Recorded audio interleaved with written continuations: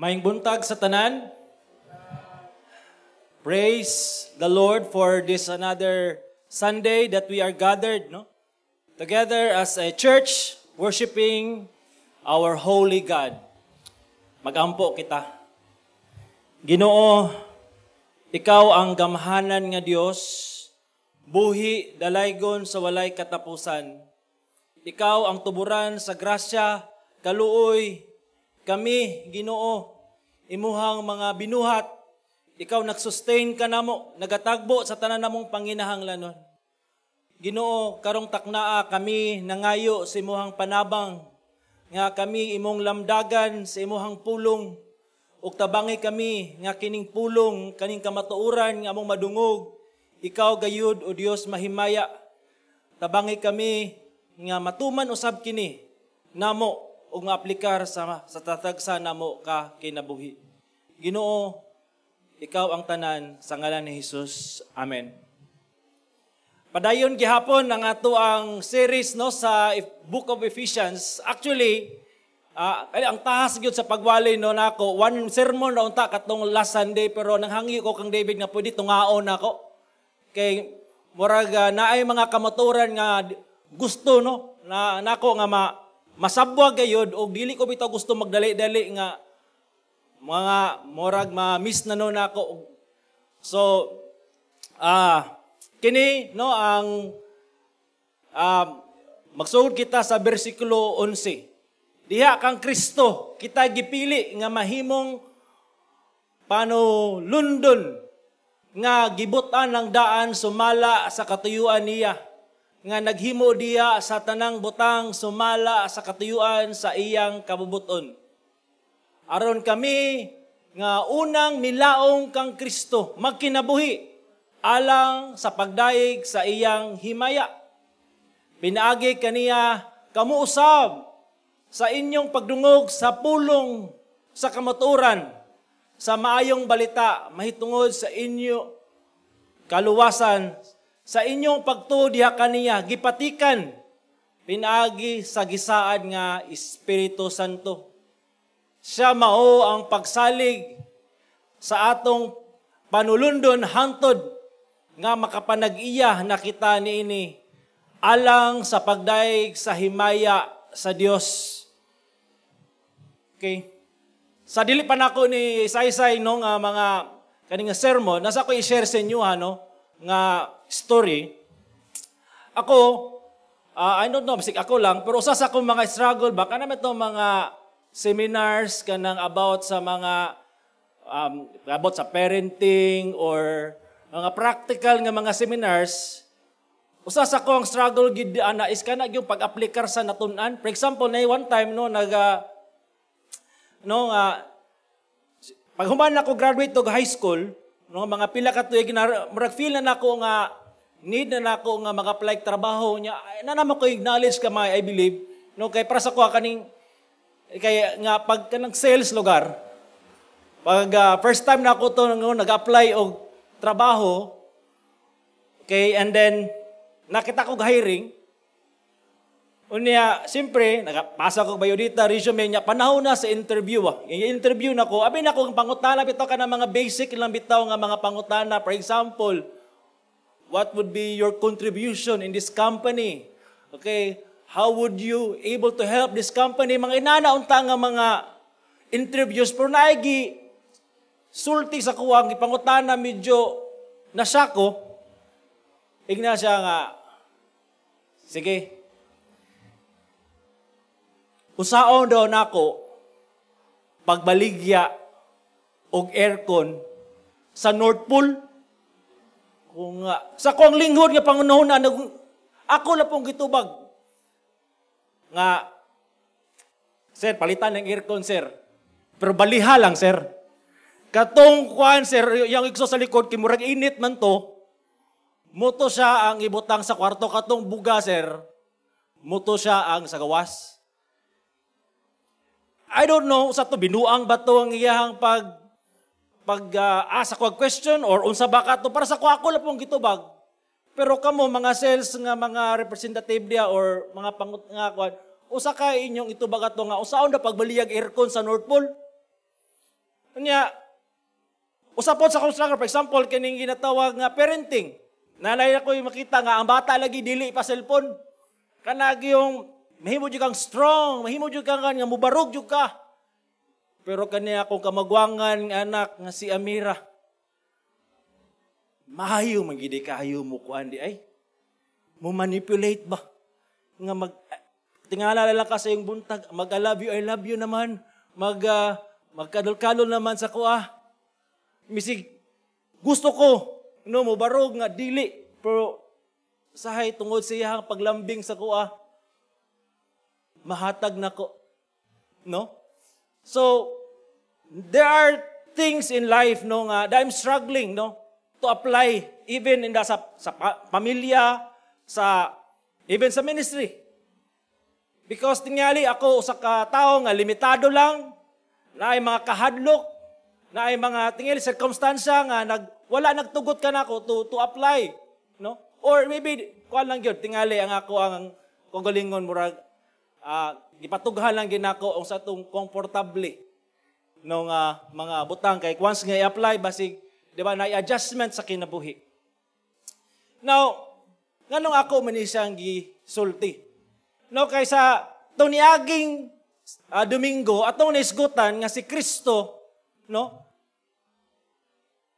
Muna itong title pag-aplikar sa pagtubos, no atong naisgutan nga ang panalangin diha kang Hesus. Okay? Nga kita, no, mga magtutuo, pinili ng daan sa Dios sa wala pa matukod ang kalibutan. Pinagi sa soberenya sa Dios sa iyang pagbuot. Kita yan ang gipili. O kining iyang pagpili tungod sa iyang grasya o kaluoy ra gyud. Okay? Kaduha, katong mga pinili sa Dios, katong iyan ang gipiling daan, nag-provide siya og sacrifice. Iyang gitubos, kinsa man na si Jesucristo, no? Nga kita iyang gitagaag kaluoy, pero ang hustisya usab sa Dios iya hapong gitagbaw nya si Kristo mismo, iyang bugtong anak, maoy nisagop kanato. Mananindot kaayo ang kinabuhi nga naay nagtubos ug ang pagkatinubos adunay resulta nga kapasayloan. Clear na, bayad ng utang, ang atraso wala na, kagibayra na ni Jesus. Result pa na is, natay gisagop ta sa Dios, nahimo na tang kabahin sa iyahang gingharian, o kita mahimo ng nanay panulundon, nga paabuton, diha sa Ginoo.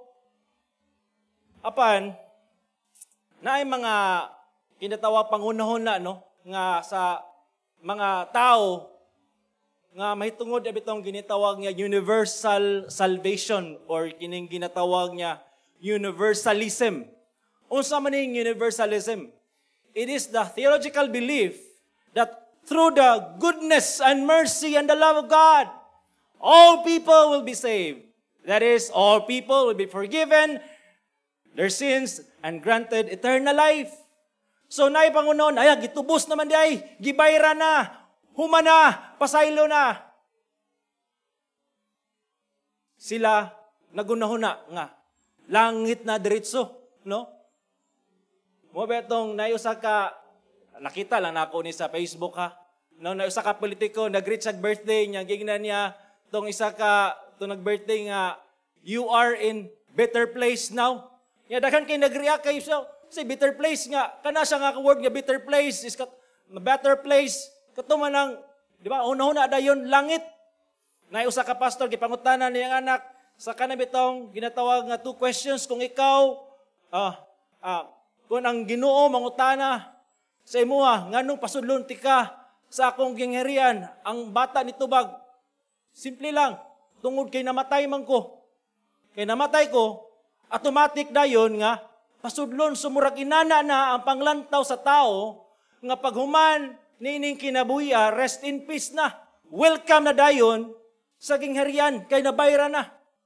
Mo ba ka na ang gisulti sa pulong sa Dios? Mo ba ka na ang gipadayag sa kamaturan sa Dios? Muna ang atong isgutan karong buntaga, no? unsay pagabuhaton sa Dios aron ang buhat sa pagtubos ni Jesus maaplikar gayud sa mga pinili. Christ has already accomplished redemption. Siyahang mga pinili, siyahang mga pili ng daan. O karon, usaon man na karon pag-aplikar sa ilahang kinabuhi. Mo na kani atong hisgutan. Kay, di ba? Atong naisgutan sa kaning Ephesians, no, dari gipadayag ang work no sa triune God. God elects, Christ redeems. Karon atong isgutan, the Holy Spirit applies salvation to His elect. Una-una, ang mga pinili sa Dios makadungo gayud sa ebanghelyo sa Dios. Garantiya gina. Ngano man, nadari no, atong isgutan sa ang verse 11. Diha kang Kristo, kita gipili. Again, gi-repeat na po ang word, no? No, gipili sa Dios aron mahimong panulundon nga gibutan ng daan sumala sa katuyuan niya. We are chosen to inherit eternal life. And of course, we became Christ's inheritance. Mahimong panulundon. Now, karon muni, no, sa in English, we are predestined to inherit the kingdom of God katong mga gipili sa Dios. Nga gibutan ng daan sumala sa katuyuan niya. Okay? Verse 12. Now, sa kanilang word na predestined, no, in the scriptures, reference above are from the Greek word, no, kana siyang word prosizo, which carries the meaning determining beforehand or ordaining, deciding ahead of time. So predestination is God determining certain things to occur ahead of time. Yes, the elect has been chosen by God before the foundation of the world, and they are predestined to be with Him in eternity.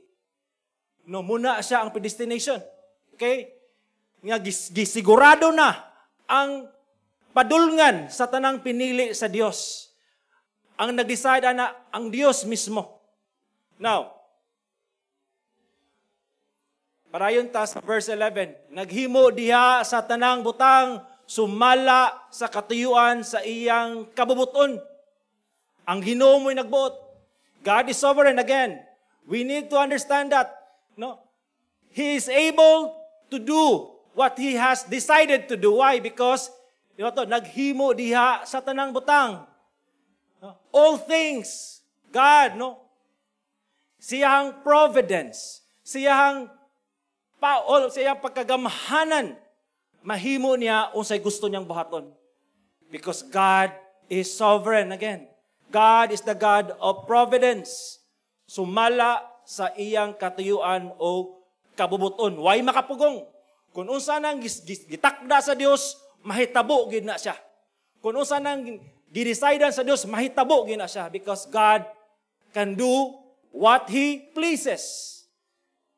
O walay gahom sa diri sa kalibutan ug asa pa man sa tibuok universe nga makapugong niya na. Kay God is sovereign. Now, the same gyapon ano nga concept sa Roma 8:28. Ingon ni Pablo sa mga Kristohanon. Ingon siya, nasayod. Kita nasayod, meaning, ang mga Kristohanon nga gisultian ni Pablo kabalo na. Nasabtan na. No? Nga ang Ginoo is the God who works in His ways and then kana siya tungod sa iyang providence. Nasayod nga diha sa tanang butang. Ang Dios magbuhat sa maayo. Sa maayo. Sa asaman. Ngadto kanila nga nahigugma kaniya og mga tinuwag sumala sa iyang katuyuan. Diba? Familiar kini. In English, God works all things together for good to those who love Him and called according to His purpose. So, unsa man na mga panghitabo sa kinabuhi nga gitugutan sa Ginoo nga mahitabo sa iya mga pinili, it will kanang mo resulta gyapon sa good. Naagya po'y ginatawag nga maayo nga bunga ni ana. Ultimately, na ay kaayuhan nga may tabo. Okay, so muna ang gi-assure sa Ginoo sa tanan nga iyahang tanan na higugma kaniya, tanan nga gitawag sumala sa iyang katuyuan, in short, sa tanan nga iyang pinili. Nga bisan pag mga kasakitan na ay katuyuan ang Ginoo ni ana. Okay, sa verse 12, yung siya, aron kami nga mga unang milaong kang Kristo, matod pa ni Pablo, magkinabuhi alang sa pagdahig sa iyang himaya. Living for the praise and glory diha sa Ginoo. Okay? Okay. Muna ni karon ang ginatawag nga pagabuhaton sa providence sa Ginoo sa katong pag-aplikar karon sa redemption nga giangkuplisar ni Kristo dito sa cross 2000 years ago kapin. Nga kana masigurado gayud 100% sipyat nga maaplikar gayud sa tanan nga mga tinubos ni Hesus ng daan. Nga maaplikar gayud sa mga gipili sa Dios. Una-una, okay, matod pa dari sa Marcos 16:15. Ug siya mingon kanila, meaning si Jesus, gignan niya ang iyang mga disciples, panglakaw kamo ngadto sa tibuok kalibutan, unsa iwali ninyo ang maayong balita ngadto sa tanang binuhat. Muni ang command ni Jesucristo sa tanan nga iyahang mga disciples, sa tanan nga iyang mga sumusunod, nga natay misyon sa kinabuhi unsa man, iwali ang maayong balita. Asa? Sa tanan. Isabwag sa tanan. Meaning, muni, ang ato ang ginatawag nga responsibility nga hatag ni Kristo kanato nga iyahang mga niluwas, iwali ang maayong balita. Okay? Sample ani, kinsa man ang una nga nagsangyaw maayong balita sa taga Ephesus. Di ba? Si Pablo. Matod pa dari sila miabot sa Efeso sa buhat 18:19. Dito gibiyaan niya sila ug kung sa giunang gibuhat ni Pablo nakiglantugi sa mga Hudyo. Iyang giprove nga si Jesucristo gayud ang Misayas. Okay? And sa verse, muna siya sa buhat 18:19. So si Pablo mismo, iyahang gituman. Iyang gi-embrace kini nga command to preach the gospel to all nations. O dari sa Efeso, iyang atong nakita, dari sa buhat 18:19, nga si Pablo iyang nang gi-embrace nga command. Pero sabto nato nga sa diyang si Pablo nagwali sa maayong balita, adunay duha ka mindset nga naa siyang unahuna sa iyang pagwali sa maayong balita. He expects now that negative reaction. Una, kung magwali siya ang maayong balita, muna yung nasa unahuna ni Pablo. Kaya ang mensahe sa cross binuang alang sa mga nagkalaglag. So, ang iyang expectation sa dihang muwali siya sa pulong sa Ginoo naagyoy mga tao nga binuang kini. Naay mga tao nga digid mo dawat. Nagay mga tao nga mubalibad, muwiper dik mi ana. Nagay mga tao nga mas iwali si Kristo katawan ka. Yaga-yagaan ka. Lagi mga tao nga murag makaminos sa imo. No?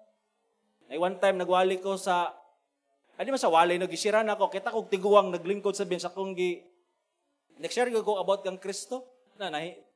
Kuan natandog na niyang pride. Kay sa kabata pa man kadong. O kakabalo, ka murag daghan na sa posisyon sa kan nga Akong tuyo nga siran, nya ano, wala na ako napadayon.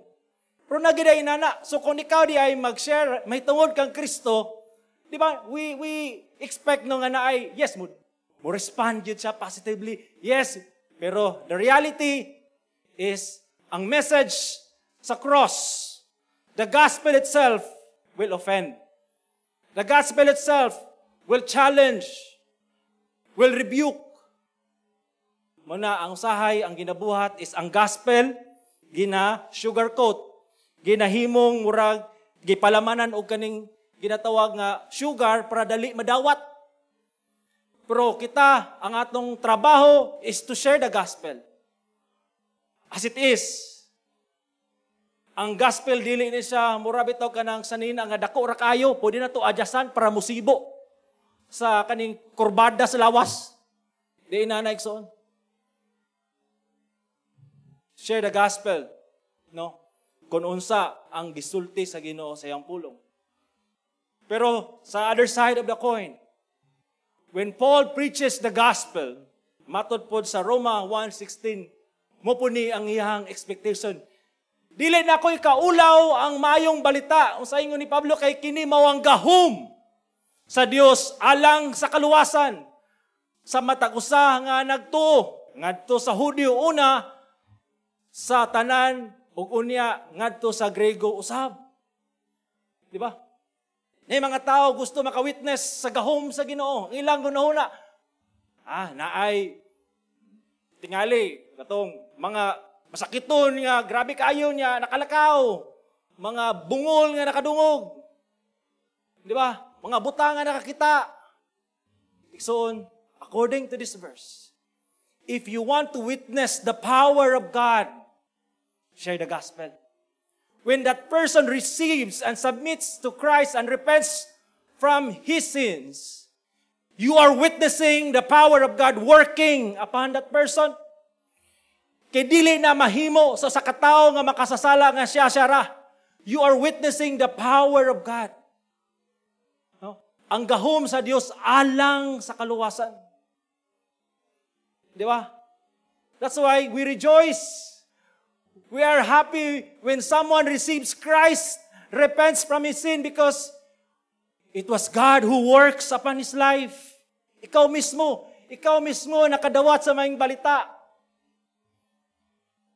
Na ninisabitar kang Jesus, you are also testifying na it was God who works inside me that I responded diha sa gospel. Nga naman, Roma 10:17. Busa ang pagtuo asagikan sa pagpamati ug ang pagpamati pinaagi sa pulong ni Kristo. Remember, sa Hebrews nga itong gisgutan, Christ is the author. Siya ang pioneer. Siya ang nagpasiugda sa pagtuo. Unsaon man na, aron ang pagtuo, manaa sa tao. Kinanglan iwali ang pulong ni Kristo. Munang kita dari naminaw ta sa pulong because it, strengthens our faith. Because ang pagtuo nagikan sa pagpamati sa pulong ni Kristo. And then, sa buhat, 16, versikulo 6 nga to sa 7. Muning example nga, katong mga pinili sa Dios, makadungog gayod sa maing balita, kay tungod sa probidensya sa Dios nga naglihok, no, God is in control. No, dari nato makita nga si Pablo, o ba niya mga kauban, ang ilang plano muwaling adto sa Asya. Okay? Miagi sila sa kawitan sa Phrygia o sa Galacia kay gipungan man sila sa Espiritu Santo. Wa sila tuguti. I don't know sa gibuhat sa Espiritu Santo. Basta wala sila tuguti. No? Kaya lang natang tuyo, maayo man nilang tuyo. Aron iwali ang pulong, iwali ang gospel, pero na ay pagpugong. Ug sa pag-abot nila at bang sa Misya, mga lugar niya, dili ni mga ngalan sa babae, Phrygia, Misya ug Britannia. mga lugar ni, okay, muadto na unta sila sa Bitinia. O nanapoy nagpugong. Kisa may nagpugong? Ang Espiritu ni Jesus, wa mo tugot kanila. Pablo, ayaw diha. Aman day gusto digiday sa Ginoo sila muwali sa mayong balita. Mayo man ilang intention, di ba? To preach the gospel.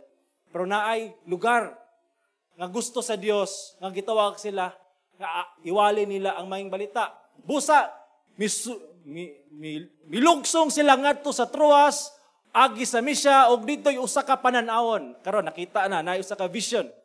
Nga may pakita kang Pablo, pagkagabi, usa ka tawo taga Macedonia, nagtindog, naghangyo kaniya, nagingon, ngari, sa Macedonia, tabangay kami. Muni ang nasa vision ni Pablo, ug sa pagkakita niya sa pananawon, naninguha dayon kami pag-adto sa Macedonia, nga nagtuo gayud kami sa Dios aron sa pagwali sa mayong balita ngadto kanila.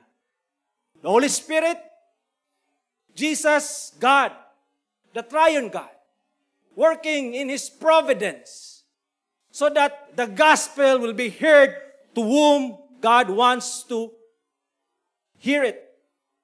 Remember, Jesus said, "My sheep will hear my voice." And I believe diri sa Macedonia, nadari ang mga sheep, mga pinili sa Dios, makadungog sa mayong balita. O kung imong susiyon, bayon gid na siya sa buhat, nakita na si Lydia, I think lola ni Timothy, tong jailer, daghan ang response sa gospel. Kung sa may atong matun-an, ang maayong balita, madunggan gayud sa mga pinili tungod sa providensya sa Ginoo. Providensya sa Ginoo. Sa among pamilya, nabati na mo ang providensya sa Ginoo pagkadungog sa mayong balita. We experience a financial crisis, asing grabe nga crisis yun. Napugos ang akong inahan nga manarbaho in town dito sa dakong mall. Diya sa limkit kay aron ma-provide, no? Ang gikinanglan siyang pamilya kay ang akong amahan nag-struggle na.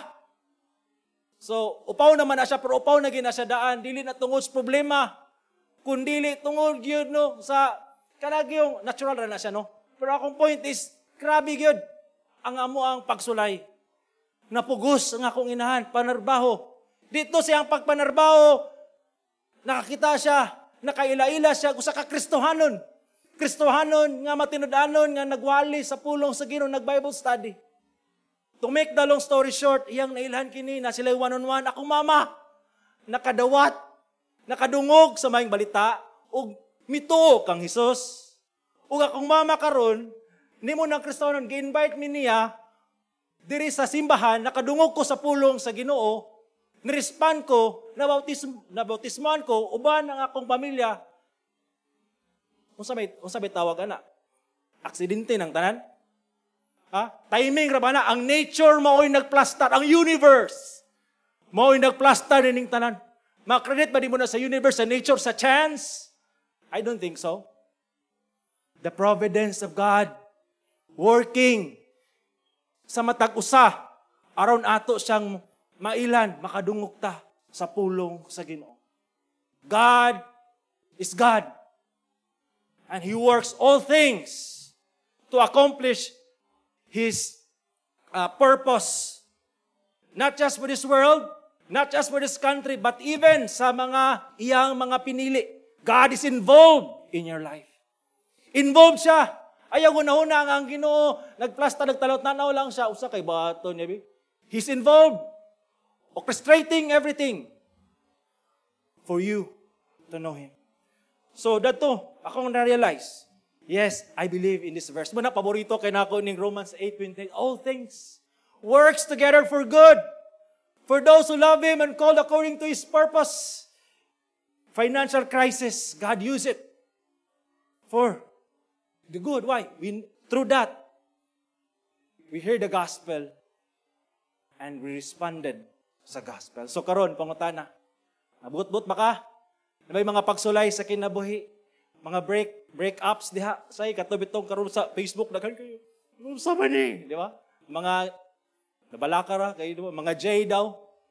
Nya sa na mga J diha nya dapat magluha, bro, yung delikado. Nya na po yung sa Facebook nga katong mga upaw, mga loyal daw. Padulungay naman ko, so I believe. Pero akong point no. Igsuon, kanang mga pagsulay sa kinabuhi, kanang mga sakit sa kinabuhi, di na masayang. Kay God will turn it for the good of those who love Him and called according to His purpose. Muna ang ato ang kasiguruhan, diha ta, na i-comfort. We hear the gospel. That's good. Saves our soul. Kadua, ang mga pinili, muto gayod sa Ebanghelyo. Muto gayod, yes, we are commanded to preach the gospel to all nations. Pero dili tanan, mo respond. Dili tanan, mo submit sa lordship ni Christ. Pero naay kasiguruhan gyapon nga naagyoy mo submit. Naay kasiguruhan nga naagyoy mo to nga numan. God is working individually sa iyahang mga pinili. Verse 13, pinagi kaniya kamo usab inyong pagkadungog sa maing sa pulong sa kamaturan sa maing balita mahitungod sa inyong kalawasan. Unsa dayon? Sa inyong pagtuo. Mutuo gayud.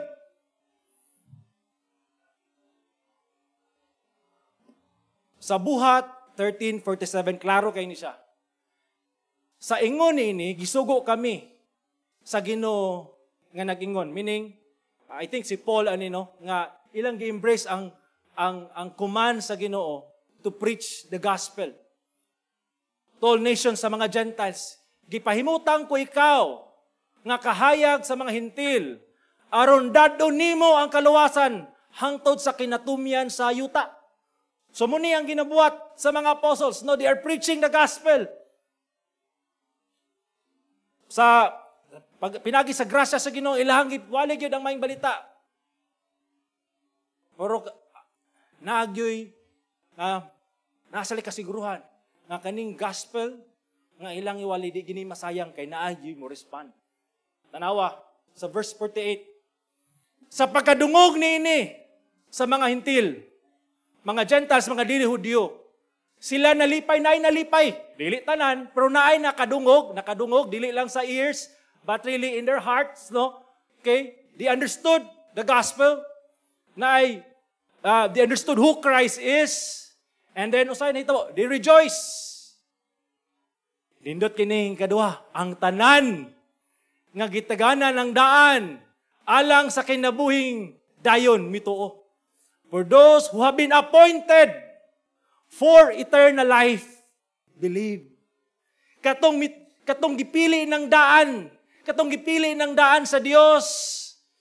So wa pa matukod ang kalibutan. Appointed, di ba? Predestined to eternal life. Believe. Mutuo gid ay. Siguraduhon gyud sa Ginoo nga katong iyahang piniling katawan mo respond gayud in faith. Mutuo. So unsay una? Karon, mituo ka, aya ka gipili sa Dios, or gipili kang daan sa Dios, busa ka mituo.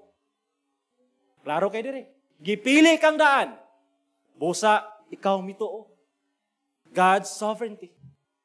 Muna ang klaro sa pulong sa Ginoo.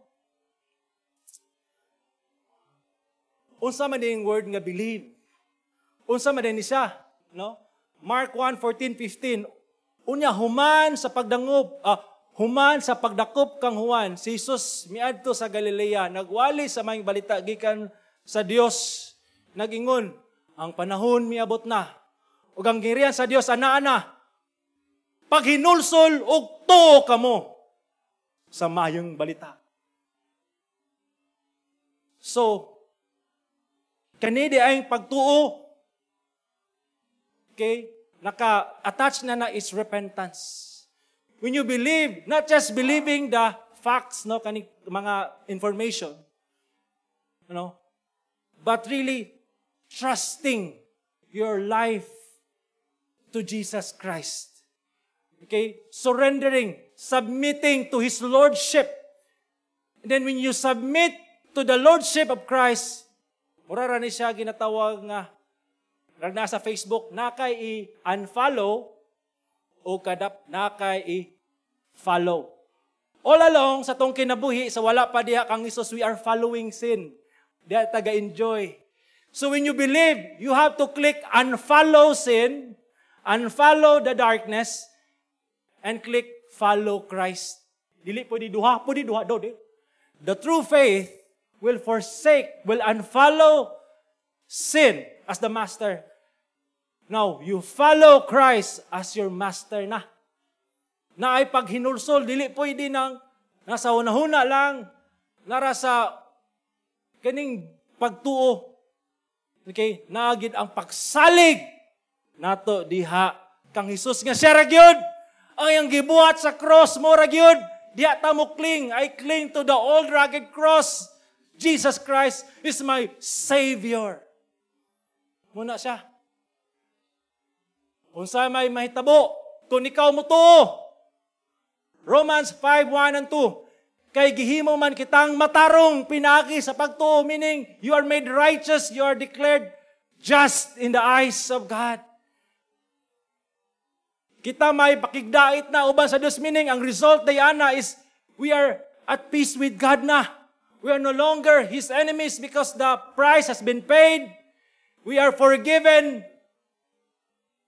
Nanatay peace, nanatay reconciliation na hitabo. Pinagik sa atong Ginoong so Kristo, pinagik kaniya, pinagik ang Hesus, makabaton kita unsa og agianan, pinagi sa pagtuo. Paingon ining grasya. Pagtuo. Faith is the key for this grace, no? Righteousness and reconciliation. Na atong gibarugan o kita malipayon sa atong paglaom sa pag-ampit sa himaya sa Dios. Praise the Lord for this wonderful gift of faith nga gihatag niya sa tuwa. Papakunahuman, napagyod, no?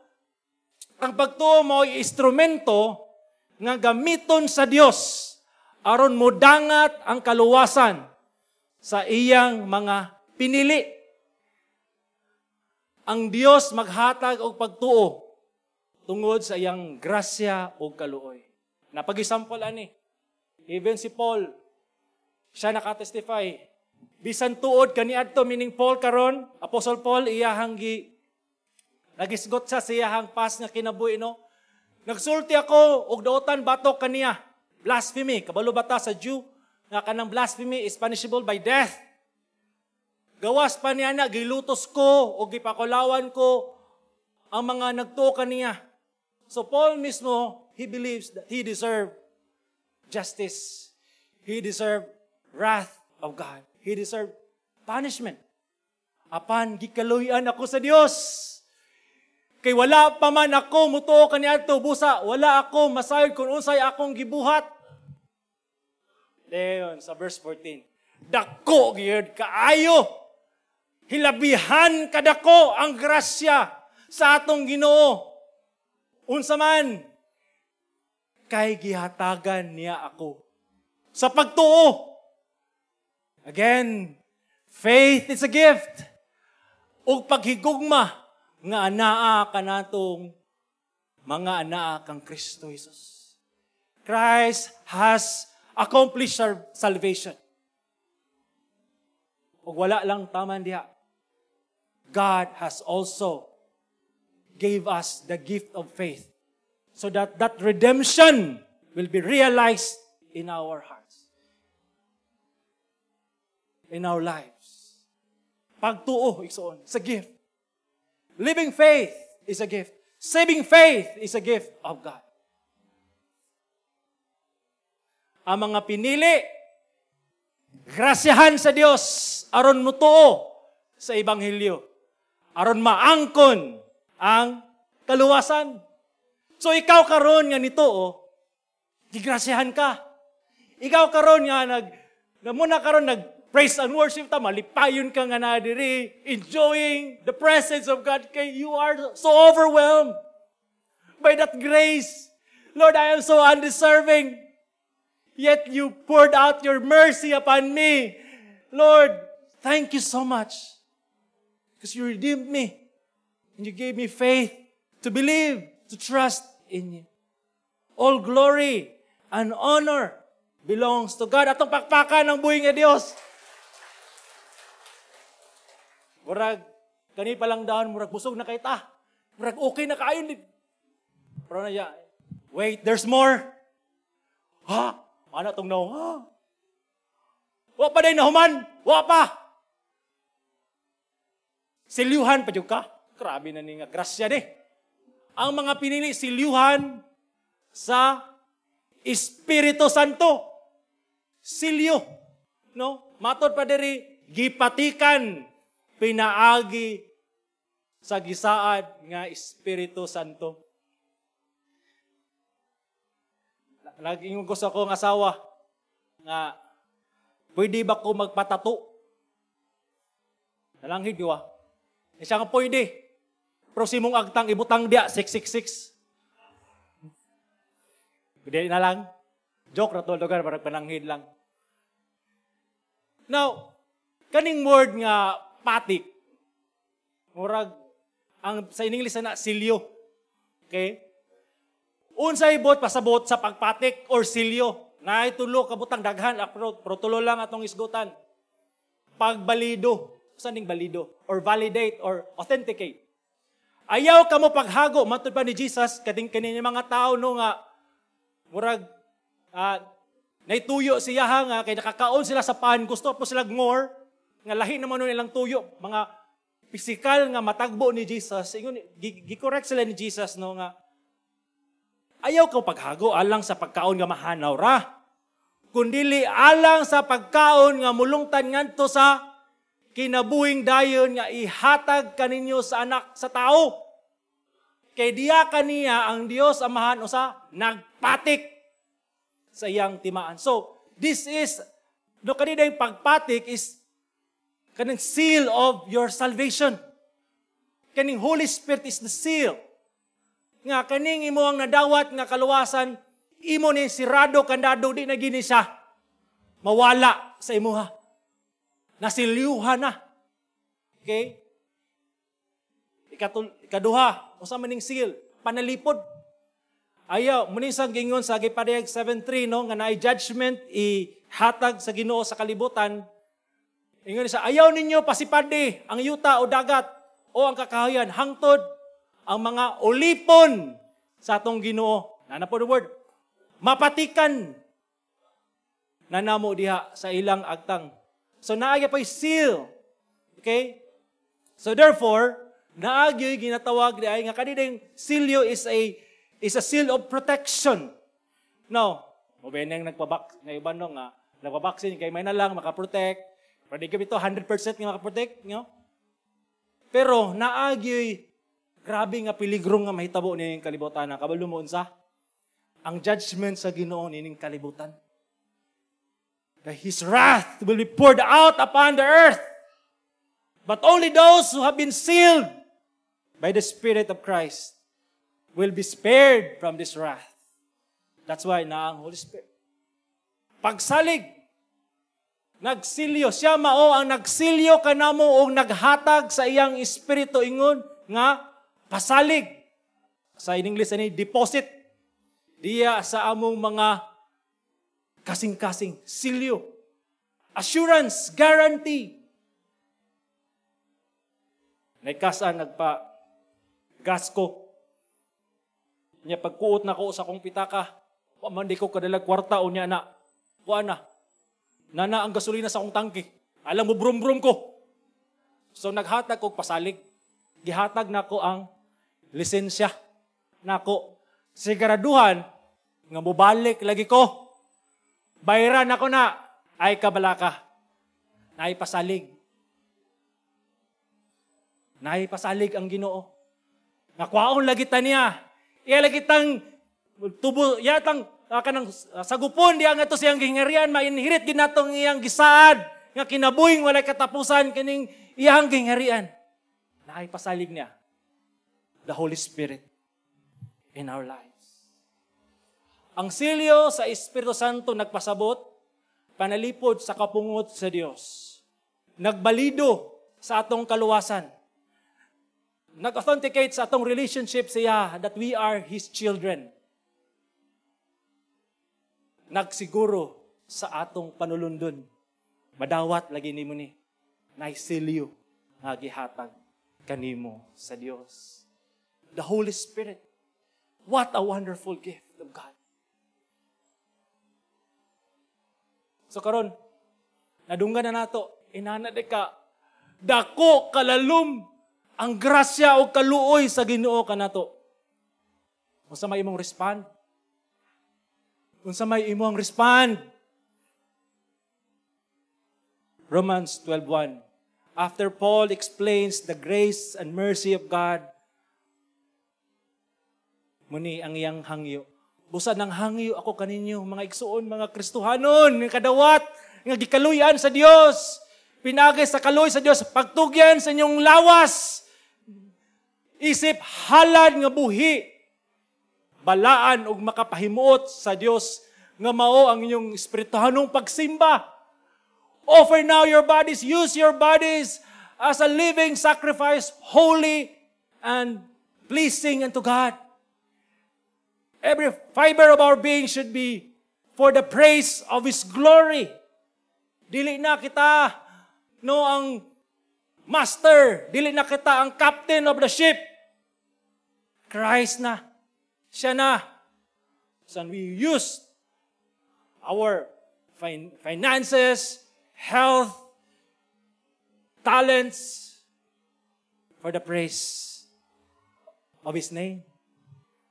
Kaduha, in view of God's mercy, ayaw ka mo pahiuyon ining kalibutan na.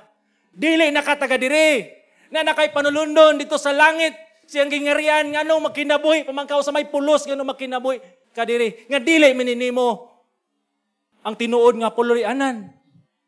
Ayaw na pahiuyon ining kalibutan na.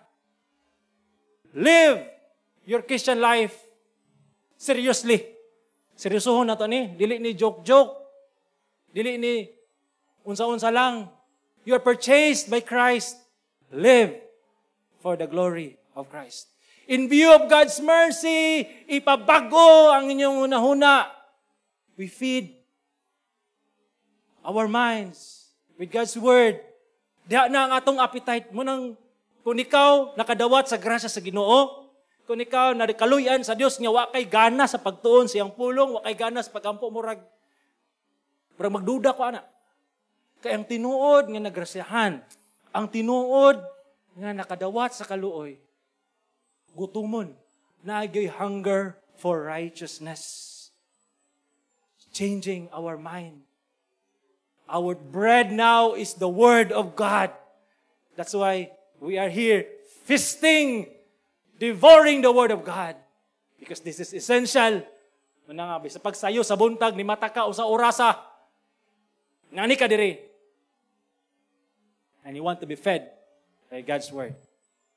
Kaya muna siya ang maka-transform, maka-renew sa tong mind.